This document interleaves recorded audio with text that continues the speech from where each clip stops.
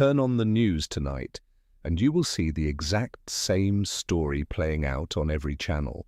American aircraft carriers cutting through the dark waters of the Pacific, Chinese fighter jets buzzing dangerously close to Allied airspace, politicians in Washington banging their fists on podiums, warning that a catastrophic war over Taiwan is not just possible, but practically scheduled. They tell you to prepare. They tell you the global order is collapsing. But what if the panic is entirely manufactured? What if the drums of war you keep hearing are just a soundtrack for a completely different game being played in the shadows? Right now, while Americans are distracted by fierce election cycles and domestic chaos, a silent understanding is being executed between Washington and Beijing. The scariest part about this supposed inevitable conflict is that the war itself is a hallucination. Most people think this massive build-up is about controlling territory. It is not. It is about something much bigger and far more cynical. To understand what is actually happening, you have to completely forget the mainstream narrative. We are being sold the story of a looming World War III, a kinetic clash of empires that will end in fire and fury. But behind closed doors, deep inside the Pentagon and the hidden halls of Zhongnanhai in Beijing, the military planners know a dark truth. They know that a real, shooting war between the United States and China would last exactly 3 weeks before both nations completely collapse from the inside out. And because they know this, they have secretly pivoted to a strategy that nobody is talking about on evening television. Let's rewind for a second, because this is where the entire geopolitical illusion starts to make sense. Imagine you are sitting in a classified briefing room inside the Pentagon. On the screen in front of you are the results of dozens of highly sophisticated war games simulating a Chinese invasion of Taiwan. In almost every single realistic scenario, the United States loses dozens of ships, thousands of sailors, and massive amounts of aircraft.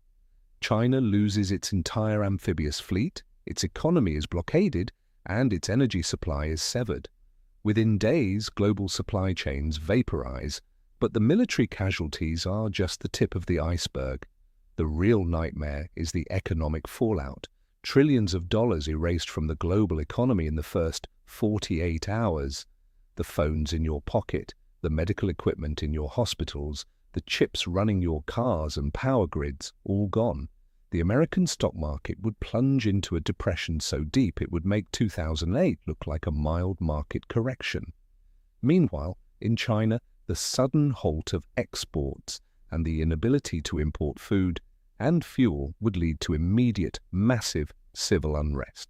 Both governments would face existential threats not from each other, but from their own starving, furious citizens. So if both sides know that pulling the trigger is instant national suicide, why are they acting like they are going to war? Why the constant threats? Why the record-breaking military budgets?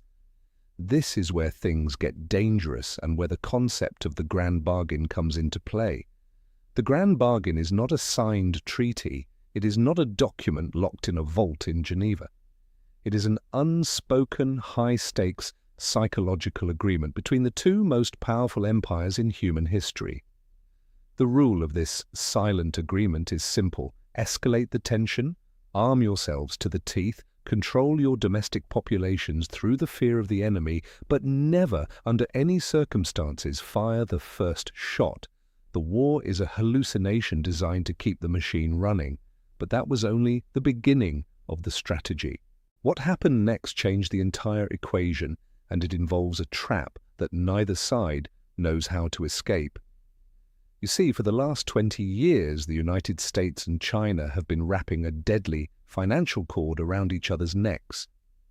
America outsourced its industrial base, its manufacturing, and its cheap goods to China. In return, China bought American debt, funded American deficits, and relied entirely on American consumers to keep their factories running. It was a marriage of convenience. But over the last decade, that marriage turned bitter.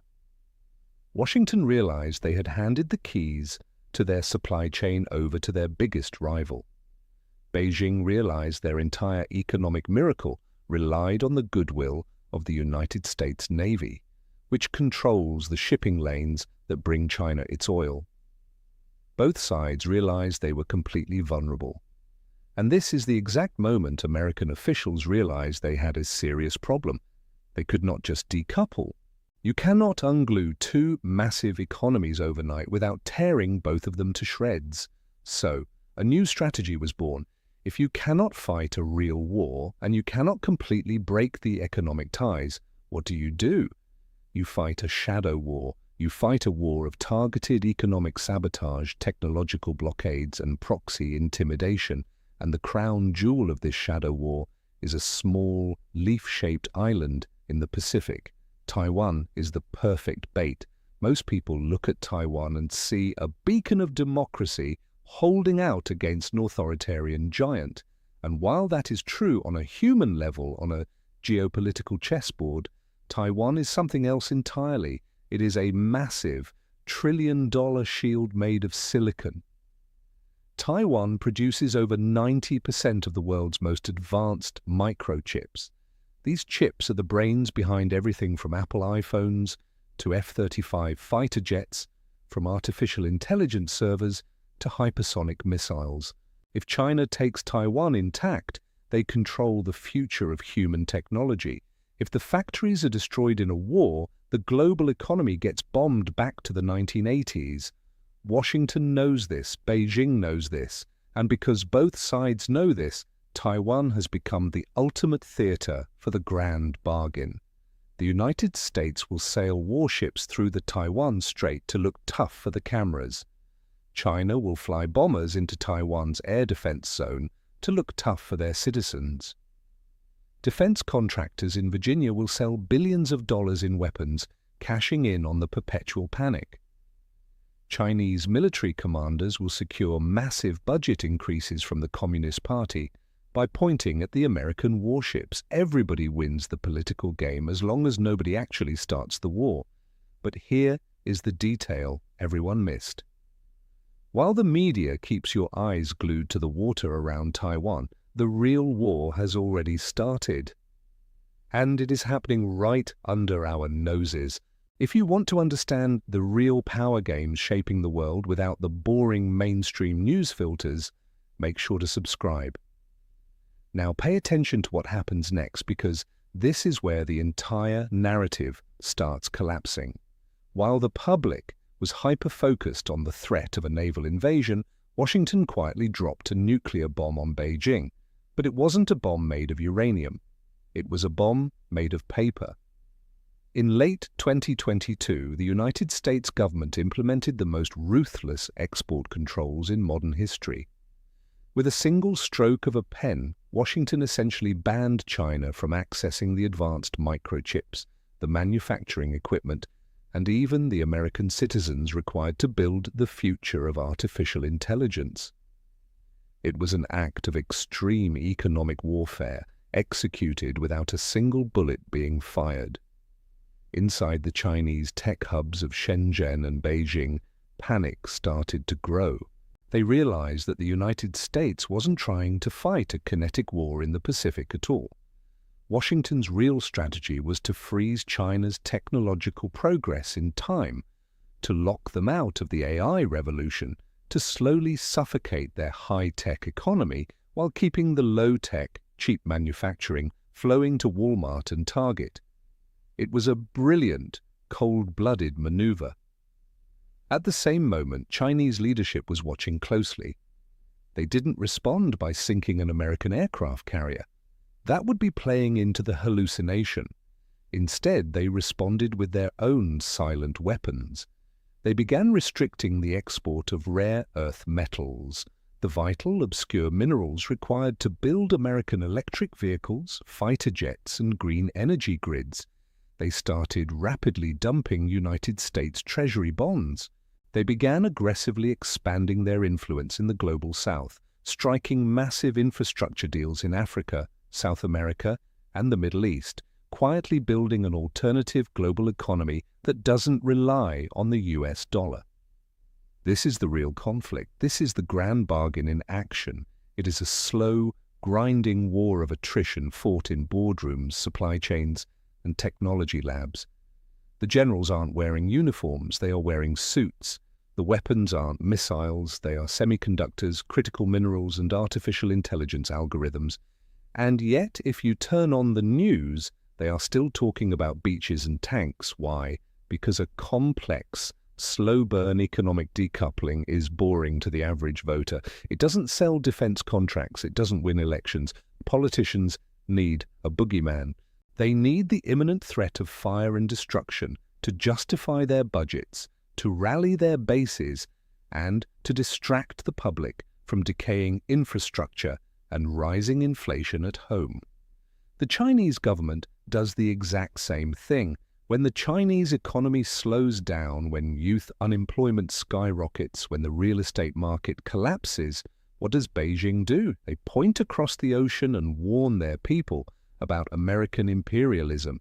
They fly a few more jets near Taiwan. The hallucination of war is the ultimate political tool for elite survival on both sides of the Pacific. But we haven't even talked about the most dangerous part of this strategy yet. We'll come back to that in a minute. First, let's look at the hypocrisy of the system. While American politicians give fiery speeches about decoupling from the Chinese threat, American corporations are quietly begging Washington to keep the trade routes open. Wall Street firms are still pouring billions into Chinese markets through backdoor channels.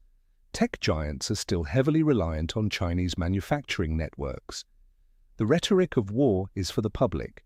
The reality of commerce is for the elites. It is a beautifully orchestrated theater. The left hand threatens to strike, while the right hand signs a purchase order. But this is exactly where the grand bargain becomes terrifying. Because when you play a game of geopolitical chicken for long enough, the odds of a fatal mistake begin to skyrocket. Now imagine the unthinkable. Imagine a scenario where the hallucination accidentally becomes real. Neither Washington nor Beijing actually wants a war, but they have built massive war machines and placed them mere miles apart in the Pacific. They have trained hundreds of thousands of young, aggressive pilots and sailors to view each other as the ultimate enemy. They are operating high-speed jets and heavily armed destroyers in the most crowded, tense waterways on the planet. What happens when a 22-year-old fighter pilot makes a split-second miscalculation? What happens when a Chinese jet clips an American surveillance plane in mid-air? Suddenly, a flaming piece of American military hardware falls into the ocean. Sailors are killed. The footage leaks online. Within minutes, the American public, conditioned by years of aggressive rhetoric, demands blood. The politicians, trapped by their own tough talk, cannot back down without looking weak. In Beijing, the Chinese public, fueled by decades of nationalist propaganda, demands a swift and brutal response. The leaders are boxed in. The silent agreement is shattered. The grand bargain only works if both sides have absolute control over the narrative and absolute control over their militaries. But history tells us that control is an illusion. World War I didn't start because the great powers wanted to destroy themselves. It started because a complex web of alliances, posturing, and aggressive bluffs spiraled out of control after a single unpredictable event. And this is the reality we are living in right now. The war over Taiwan, the great clash in the Pacific, may be a hallucination created by politicians to manage their domestic populations and fuel the military-industrial complex. The real war is already happening in the microchip foundries and the financial markets, but by constantly pretending that a kinetic war is coming, by flooding the zone with weapons and aggressive rhetoric, both sides are building a massive powder keg and sitting on top of it while lighting matches. They believe they can control the fire. They believe they are the masters of this geopolitical game. But the real reason this is so dangerous is much darker. The elites in Washington and Beijing have convinced themselves that they are too smart to accidentally start World War III. They have supreme confidence in their shadow diplomacy and their economic deterrence. And if that absolute arrogance blinds them to a simple human error, the world may be entering a completely different era. Because the next global conflict may not begin with a calculated strategic strike. It may not begin with a grand invasion plan approved in a war room. It may begin with one panicked decision by a low-level commander in the dark waters of the South China Sea. And the frightening part is, the pieces for that exact mistake are already in place, waiting for the wrong moment.